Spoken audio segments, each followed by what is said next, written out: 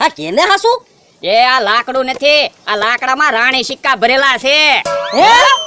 હા પણ લાકડામાં રાણી સિક્કા હું કામ પીડ્યા?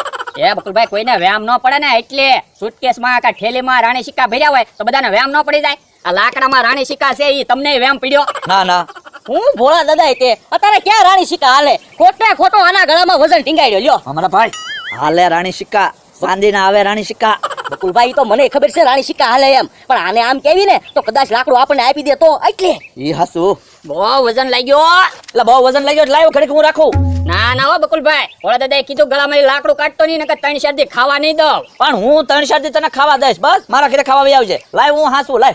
ના રે ના, પછી ભોળા દાદાએ મને રજા આપી દીધી હોય તો મારી પાસે ટિકિટ ભાડું ના ગામડે જવાનું. લે ટિકિટ ભાડું હું તને આપી દઉં. કેટલો થાય ટિકિટ ભાડું? 1000 રૂપિયા. મારા ભાઈ આપી જો, આપણા બેનો ભાગ. હું તમને પછી 500 આપી દઈશ. હા તે 1000 રૂપિયા લાવ લાકડું હાલ. અయ్યો મારું નામ નહીં દેતા હો ભોળા દાદાને. હો ભાઈ તારું નામ નહીં દેવી, પણ આ લામાં રાણી સિક્કા ક્યાં છે? આનો લોક ક્યાં છે? એ સાહેબ તો ભોળા દાદા